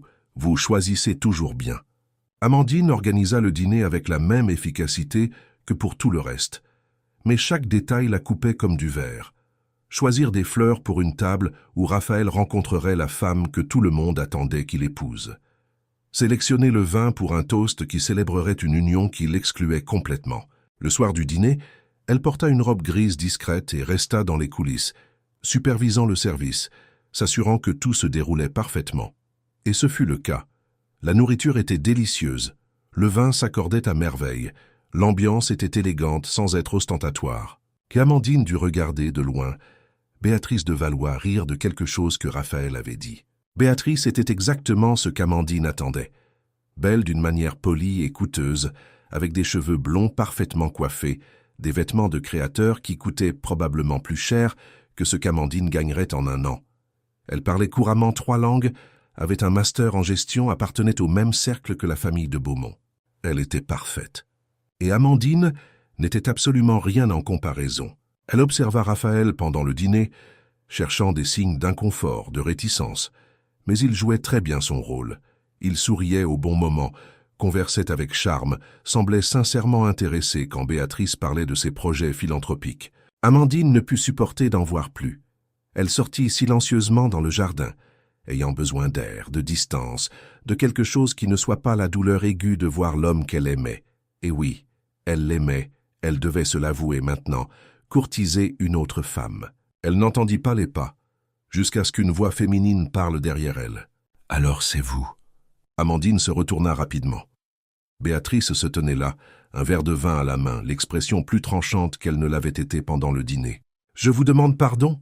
demanda Amandine, gardant un ton poli. « La femme dont Raphaël est en train de tomber amoureux, celle qu'il ne peut s'empêcher de regarder quand il croit que personne ne voit. » Le sang se glaça dans les veines d'Amandine. « Je ne sais pas de quoi vous parlez. » Béatrice rit, mais c'était un son sans joie. « S'il vous plaît, vous croyez que je ne le remarque pas? J'ai grandi dans ce monde. J'ai appris depuis l'enfance à lire entre les lignes, à voir ce qui n'est pas dit. Et ce qui n'est pas dit lors de ce dîner est assourdissant. » Amandine ne répondit pas. Aucune défense n'était possible. « Je ne vais pas vous demander si c'est vrai, » continua Béatrice, s'approchant. « Je sais déjà que ça l'est. La question est, croyez-vous vraiment avoir une chance ? » « Je ne crois rien du tout. »« Parfait. Parce que vous n'en avez aucune. Raphaël va m'épouser. Non pas parce qu'il m'aime, l'amour est sans importance à ce niveau, mais parce que notre union renforce nos 2 familles, parce qu'elle est prévue depuis des années, parce que c'est ce qu'on attend de lui. »« Alors pourquoi êtes-vous ici à me dire cela ?» demanda Amandine, trouvant du courage au fond d'elle-même. « Si vous êtes si sûre de vous, pourquoi vous donner cette peine ?» Béatrice sourit, et il y avait quelque chose de prédateur dans ce sourire. « Parce que je veux que vous sachiez ce qui est en jeu. Si Raphaël refuse ce mariage, ce n'est pas seulement une alliance qui se défait. Il y a des contrats, des accords, des investissements qui dépendent de cette union, des centaines d'emplois, l'avenir de 2 entreprises. Vous détruiriez bien plus que vous ne l'imaginez. » Chaque mot était un coup de poignard calculé. « Et plus encore, » continua Béatrice, la voix basse et venimeuse. « Croyez-vous vraiment que la société vous acceptera? Une épicière comme épouse de Raphaël de Beaumont, vous serez dévorée toute vive. Chaque erreur fera la une des journaux. Chaque faux pas sera une humiliation publique. Ils vous détruiront et ce faisant, ils détruiront sa réputation. » Amandine sentit une nausée monter, mais elle garda la tête haute. « Vous ne savez rien de moi. J'en sais assez. Je sais que vous venez de nulle part, que vous êtes ici par pur hasard, que vous dépendez de la générosité d'Éléonore pour avoir un toit au-dessus de votre tête. Et je sais que, si vous tenez vraiment à Raphaël, vous ferez ce qu'il faut. Et qu'est-ce que ce serait? Partir, disparaître, le laisser suivre le destin auquel il a été préparé toute sa vie. » Avant qu'Amandine ne puisse répondre, la voix de Raphaël coupa l'air. « Béatrice, votre mère vous cherche. Il se tenait à la porte donnant sur le jardin, le visage comme un masque impénétrable. Mais Amandine vit la tension de sa mâchoire, la colère contenue dans ses yeux. Béatrice sourit doucement, comme si la conversation précédente n'avait jamais eu lieu. « Bien sûr, excusez-moi. » Elle passa devant Raphaël et murmura quelque chose qu'Amandine n'entendit pas, mais qui fit se contracter davantage la mâchoire de l'homme. Quand ils furent seuls, Raphaël s'approcha rapidement. « Qu'est-ce qu'elle a dit ?»« La vérité, » répondit Amandine, la voix fatiguée. « Surtout, Amandine !»« Elle a raison, n'est-ce pas? Sur les contrats, les conséquences, ce qui arriverait si vous... Je m'en fiche. Mais vous devriez. » Amandine le dévisagea, forçant de la fermeté dans sa voix. Des centaines de personnes dépendent de ces entreprises, des familles qui ont besoin de ces emplois. Vous ne pouvez pas tout gâcher pour... Pour vous? Si, je le peux, je le ferai. Cette déclaration aurait dû remplir Amandine de joie. Mais tout ce qu'elle ressentit fut de la terreur. Et quand tout s'effondrera? Quand les gens perdront leur emploi, quand votre famille vous détestera, quand la société vous détruira pour avoir choisi quelqu'un comme moi? Combien de temps avant que vous ne le regrettiez? Avant que vous ne m'en vouliez? Cela n'arrivera jamais. Vous ne pouvez pas promettre cela. La voix d'Amandine sortit plus forte qu'elle ne l'avait voulu, chargée d'émotion. Raphaël tenta de la toucher, mais elle s'écarta. « Je ne peux pas faire ça, » chuchota-t-elle. « Je ne peux pas être la raison pour laquelle votre vie s'effondre. Vous êtes la raison pour laquelle elle a un sens. Raphaël, s'il vous plaît. » Il y avait des larmes maintenant qu'elle ne pouvait plus contenir. « Ne rendez pas cela plus difficile que ça ne l'est déjà. » Il la regarda avec une agonie si profonde qu'Amandine faillit céder. Elle faillit dire qu'elle se moquait des conséquences, qu'ils s'enfuiraient ensemble, que l'amour suffisait. « Presque. Je dois rentrer, » dit-elle, essuyant rapidement ses larmes. « Les invités vont remarquer mon absence. »« Amandine, attends. » Mais elle partait déjà, courant presque loin de lui, car si elle restait une seconde de plus, sa résolution se briserait complètement. Les jours suivants furent les pires de la vie d'Amandine. Béatrice revint 2 fois de plus à l'hôtel particulier, toujours avec des excuses plausibles, lançant toujours des regards victorieux vers Amandine. Les discussions sur le mariage devenaient de plus en plus concrètes. Des dates étaient évoquées, des contrats révisés. Et Amandine s'apercevait que Raphaël s'éloignait. Non pas d'elle, mais de tout. Il arrivait plus tard, partait plus tôt, buvait davantage. Il y avait une obscurité croissante en lui qui l'effrayait. Éléonore appela enfin Amandine pour une conversation privée. « Asseyez-vous » dit-elle, désignant le fauteuil en face d'elle. Amandine obéit, les mains jointes sur ses genoux pour cacher leur tremblement. « Que je vais être directe, » commença Éléonore. « Je sais ce qui se passe entre vous et mon fils. » Amandine ouvrit la bouche pour nier, mais Éléonore leva la main. « Ne m'insultez pas avec des mensonges. Je sais aussi que Béatrice vous a confronté, et je peux imaginer ce qu'elle a dit. »« Elle avait raison, » murmura Amandine, « surtout. Elle avait raison et elle avait tort. » Éléonore s'adossa à sa chaise. « Il est vrai qu'il y a des conséquences. Il est vrai que la société peut être cruelle, mais elle avait tort sur une chose fondamentale. »« Quoi ? Que vous n'êtes pas digne de lui, alors qu'en réalité, mon fils ne vous mérite pas. » Amandine cligna des yeux, surprise. « Je vous ai fait venir ici pour une raison, » continua Éléonore. « Ce n'était pas seulement par gratitude. C'était parce que j'ai vu sur ce marché quelque chose qui manquait à cette maison depuis longtemps. Un courage authentique, quelqu'un prêt à tout risquer pour la bonne personne, sans calculer le rapport coût-bénéfice. Je ne comprends pas où vous voulez en venir.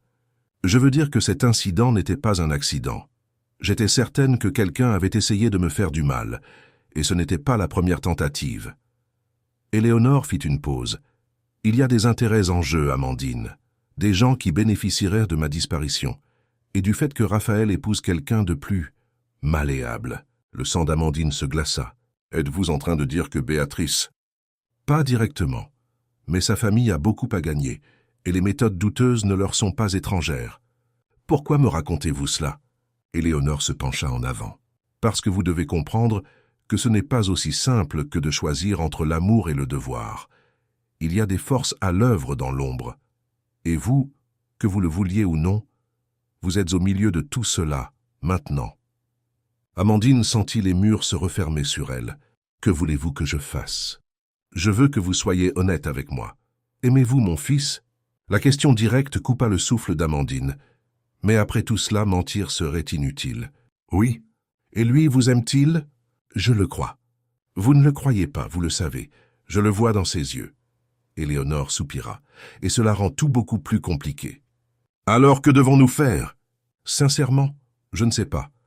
Mais je sais que si vous partez maintenant, si vous disparaissez simplement comme Béatrice le veut, Raphaël va sombrer.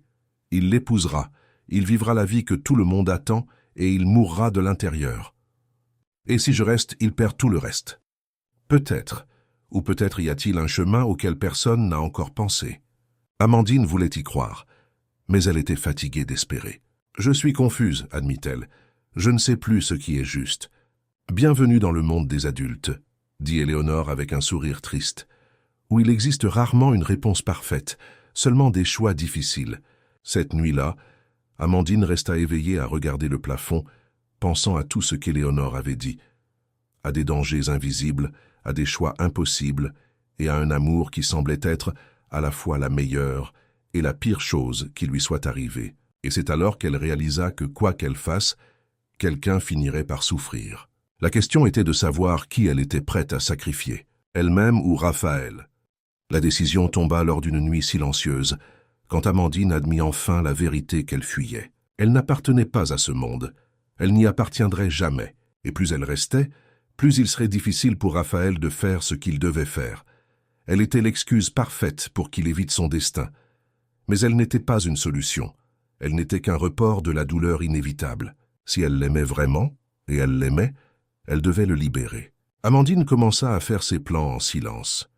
Elle mit de côté l'argent qu'elle avait économisé, chercha une petite chambre à louer près de son ancienne épicerie. Elle ne dit rien à personne. Le matin où elle fut prête à partir, Amandine écrivit une lettre à Éléonore. Pas à Raphaël. Elle ne se faisait pas assez confiance pour trouver les mots justes pour lui. Dans la lettre, elle remerciait pour l'opportunité, pour la confiance, pour la gentillesse. Elle expliquait qu'elle partait parce que c'était le mieux pour tout le monde, que Raphaël méritait de vivre la vie pour laquelle il avait été préparé, sans complications, sans scandale, qu'elle serait toujours reconnaissante pour le temps qu'ils avaient repassé ensemble, et que, s'il vous plaît, elle demande à Raphaël de ne pas la chercher. Amandine laissa la lettre sur le lit parfaitement fait, prit sa petite valise et sortit avant l'aube quand tout le monde dormait encore. Elle ne regarda pas en arrière.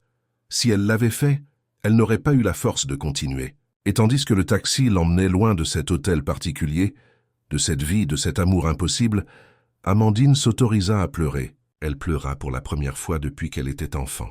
Elle pleura pour tout ce qu'elle avait eu et pour tout ce qu'elle ne pourrait jamais avoir. Et quand les larmes finirent par sécher, elle redressa les épaules et regarda devant elle. Elle avait survécu à pire. Elle survivrait à cela aussi, même si une partie d'elle savait qu'elle ne serait plus jamais la même. Qu'elle avait laissé quelque chose d'essentiel dans cette maison, quelque chose qu'elle ne réussirait jamais à récupérer, son cœur. Raphaël trouva la lettre à l'heure du déjeuner. Il s'était réveillé tard après une nouvelle nuit blanche, était descendu prendre son café et avait demandé nonchalamment après Amandine. La gouvernante lui dit qu'elle ne l'avait pas vue.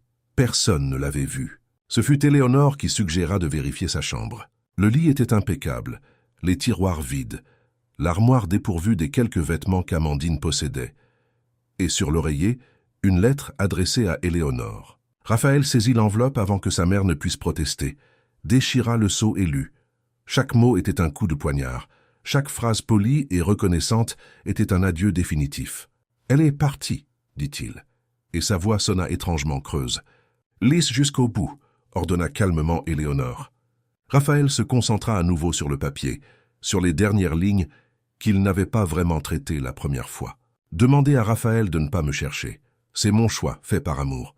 Que ce soit aussi ma dernière preuve que je l'aime assez pour le libérer. » Il froissa le papier avec tant de force que ses articulations devinrent blanches. « Elle ne peut pas décider cela toute seule. »« Elle le peut et elle l'a fait, » répondit Éléonore. « La question est, qu'allons-nous faire à ce sujet ?» Raphaël regarda sa mère, voyant quelque chose dans ses yeux qu'il y voyait rarement.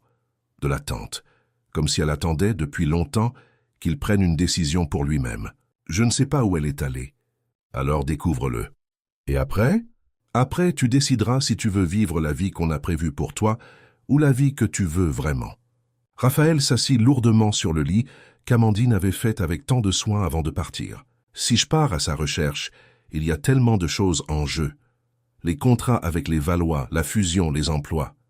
Crois-tu vraiment que tout cela s'effondrera si tu choisis d'être heureux? Vous avez vous-même toujours dit que nos choix affectent plus que nous-mêmes. Et c'est vrai. Mais il y a une différence entre la responsabilité et le sacrifice de soi. Tu as confondu les deux toute ta vie. Éléonore s'assit à côté de son fils, un geste rare. Elle n'était pas femme de gestes d'affection physique, mais elle toucha légèrement sa main. « Quand ton père est mort, j'avais ton âge. J'aurais pu tout vendre, prendre ma retraite sur une plage lointaine, vivre le reste de mes jours sans pression. Mais j'ai choisi de continuer, parce que je croyais en ce que nous bâtissions. Pas par devoir, par un choix authentique. » Elle fit une pause. « Toi, tu n'as jamais eu ce choix. Tu as été élevé en sachant que tu reprendrais l'Empire, que tu ferais un mariage convenable, que tu vivrais une vie planifiée. Mais il est temps de te demander, est-ce ce que tu veux, ou est-ce seulement ce que tout le monde attend? » Raphaël regarda ses mains. « J'ai peur que si je choisis Amandine, je le regrette plus tard, que j'en vienne à détester tout ce que j'ai dû abandonner. Et tu as peur que si tu ne la choisis pas, tu passes le reste de ta vie à te demander ce que cela aurait pu être. » Oui. Éléonore lui serra la main. « Alors laisse-moi te confier un secret. Cet incident au marché n'était pas un accident. J'en étais certaine, et Amandine le savait aussi, même si elle n'a rien dit. Elle aurait pu me sauver et disparaître ensuite. Mais elle n'a pas disparu. Elle est restée, a accepté mon invitation, a affronté un monde qui la rejetait. Sais-tu pourquoi? Non. Parce qu'elle est courageuse d'une manière que les gens comme nous le sont rarement. Le courage de choisir l'inconnu plutôt que la sécurité, de risquer plutôt que de calculer. » Éléonore sourit tristement. « Et je l'ai fait venir ici en pensant qu'elle nous enseignerait cela. Qu'elle t'enseignerait cela à toi. » Raphaël se leva brusquement. « Où pensez-vous qu'elle soit allée? » « De retour à Belleville, probablement, près de l'endroit où elle avait son épicerie.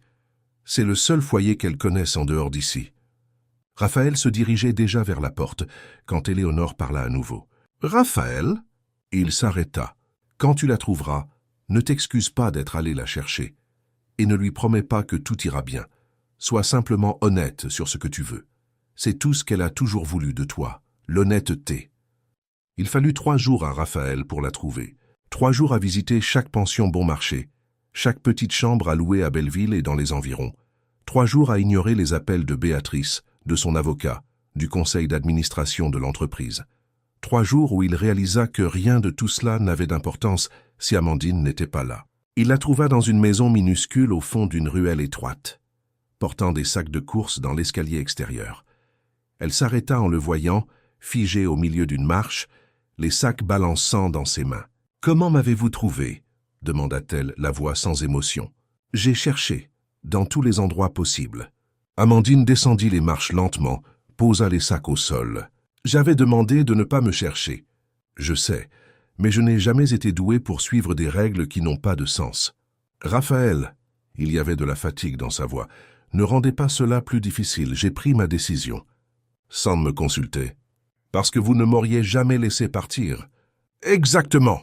Le mot sortit plus fort qu'il ne l'avait voulu, résonnant dans la ruelle étroite. Quelques voisins regardèrent par les fenêtres, curieux. Raphaël baissa la voix. « Puis-je entrer? Ou allez-vous me forcer à avoir cette conversation devant tous vos voisins ?» Amandine hésita, puis ramassa ses sacs et le guida à l'étage. La chambre était plus petite que le dressing qu'elle avait à l'hôtel particulier.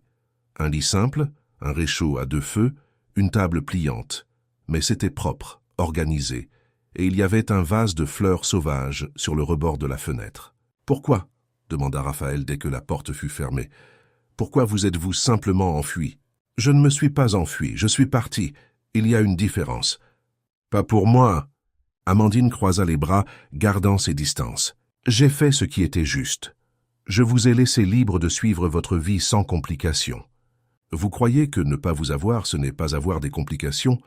Raphaël rit, mais c'était un son amer. « Amandine, depuis que vous êtes partie, je n'arrive pas à dormir, je n'arrive pas à manger, je n'arrive à penser à rien d'autre qu'au fait que la seule chose qui donnait un sens à ma vie s'en est allée.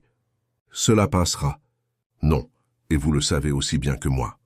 Amandine sentit les larmes monter, mais elle les retint. « Vous allez épouser Béatrice, vous allez diriger vos entreprises, vous allez vivre la vie qui a toujours été prévue pour vous. Et finalement quoi?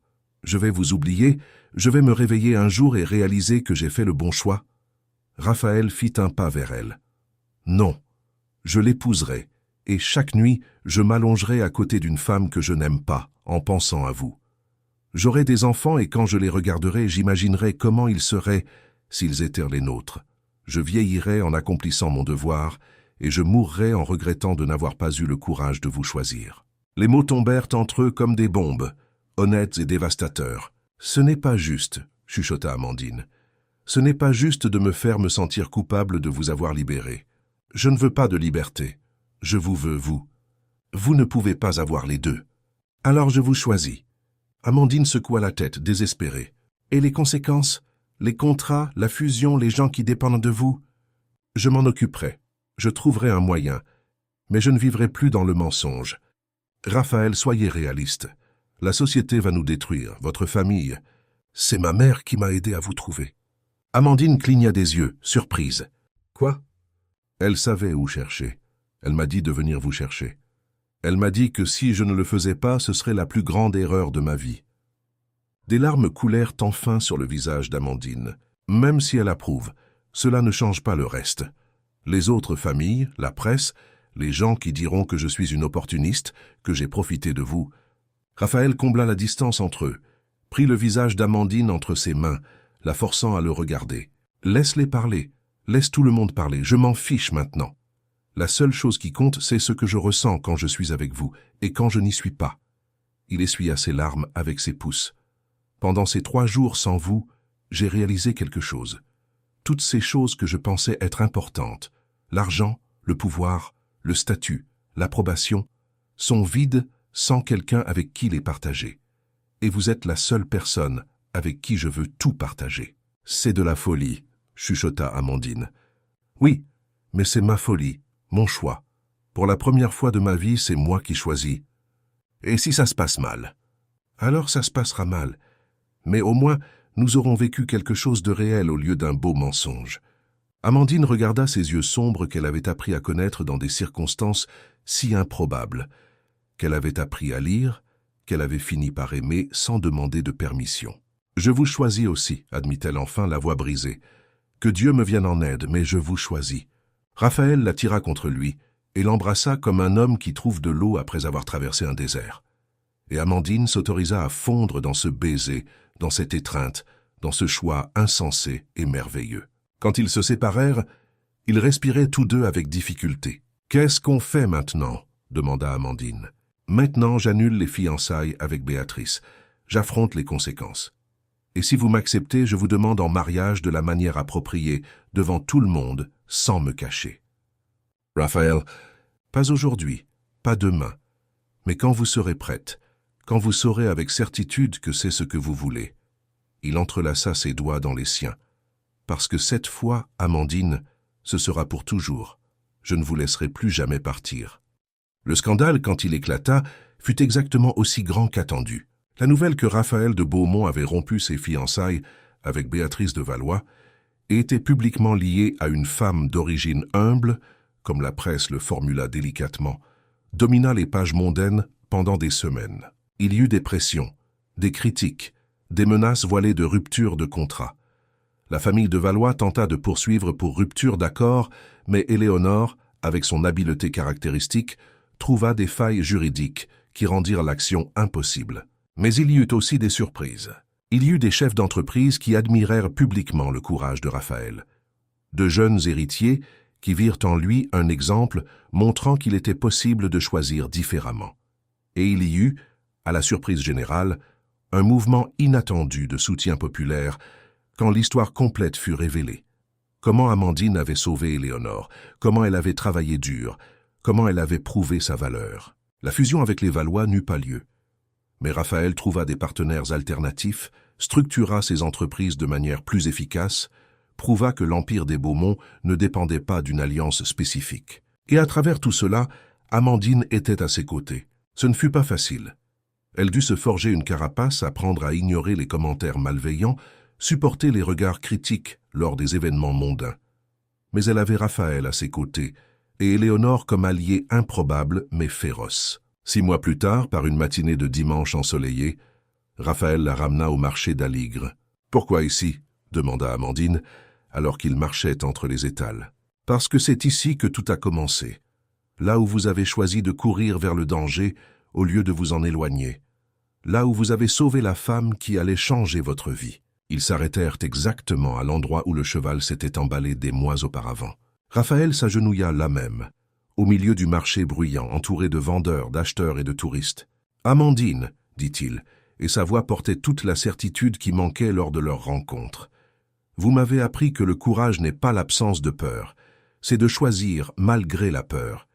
Et je vous choisis, vous, chaque jour, pour toujours. » Il ouvrit un écrin de velours, révélant une bague simple mais magnifique. « Voulez-vous m'épouser? Pas parce que c'est attendu ou pratique, mais parce que vous êtes la seule personne avec qui je veux passer le reste de ma vie. » Amandine regarda autour d'elle, les gens qui s'étaient arrêtés pour regarder, les téléphones filmant déjà le moment. Des mois plus tôt, cela l'aurait terrifiée. Mais maintenant, elle sourit simplement. « Oui, dit-elle, assez fort pour que tout le monde l'entende. « 1000 fois oui. » Le marché explosa en applaudissements. Les vendeurs crièrent leurs félicitations. Quelqu'un commença à chanter. C'était chaotique et parfait, et complètement différent de toute demande en mariage que la haute société aurait pu attendre. C'était exactement comme cela devait être. Le mariage eut lieu 3 mois plus tard, lors d'une cérémonie qui mêla les deux mondes d'une manière que personne ne croyait possible. L'église était traditionnelle, mais la décoration comportait des fleurs venant du marché. Les invités comprenaient aussi bien l'élite parisienne que les anciens voisins d'Amandine à Belleville. Le dîner fut servi par la même équipe qui avait travaillé lors du dîner de bienfaisance où tout avait commencé à s'écrouler pour mieux se reconstruire. Éléonore fut la témoin d'Amandine, un geste qui obligea plus d'un chroniqueur mondain à s'asseoir. Et quand Raphaël et Amandine échangèrent leurs vœux, ce fut avec une honnêteté brute qui fit pleurer la moitié de l'assemblée. « Je promets de vous choisir, » dit Raphaël, lui tenant les mains. « Non pas parce que c'est facile, mais parce que c'est vrai. Je promets de vous voir chaque jour de la même manière que je vous ai vu ce premier jour. Je promets de ne jamais oublier le courage que vous m'avez enseigné. »« Je promets de rester, » répondit Amandine, la voix ferme malgré les larmes. « Même quand ce sera difficile, même quand le monde dira que nous n'en avons pas le droit, je promets de vous rappeler qui vous êtes quand vous l'oublierez. Et je promets de ne jamais cesser d'être qui je suis. » Quand ils s'embrassèrent, scellant non seulement des vœux mais un voyage improbable, l'église explosa en applaudissements. Et tandis qu'ils marchaient main dans l'allée centrale, Amandine regarda l'homme à ses côtés, le duc moderne qui avait appris à choisir par lui-même, et sut avec une certitude absolue qu'elle avait fait le bon choix. Pas le choix facile, pas le choix sûr, mais le choix véritable. Et parfois, c'étaient les seuls choix qui comptaient vraiment. Des années plus tard, quand on raconterait l'histoire de leur rencontre, les gens seraient toujours surpris par les détails. Un cheval emballé, un acte de courage, une distance sociale impossible. Mais Amandine et Raphaël savaient qu'il ne s'agissait pas de dépassement dramatique ou d'amour interdit. Il s'agissait de 2 personnes qui avaient appris que le courage n'est pas l'absence de peur. C'est de choisir en dépit d'elle. Il s'agissait de trouver quelqu'un qui vous voit complètement. Tous vos défauts, toutes vos cicatrices,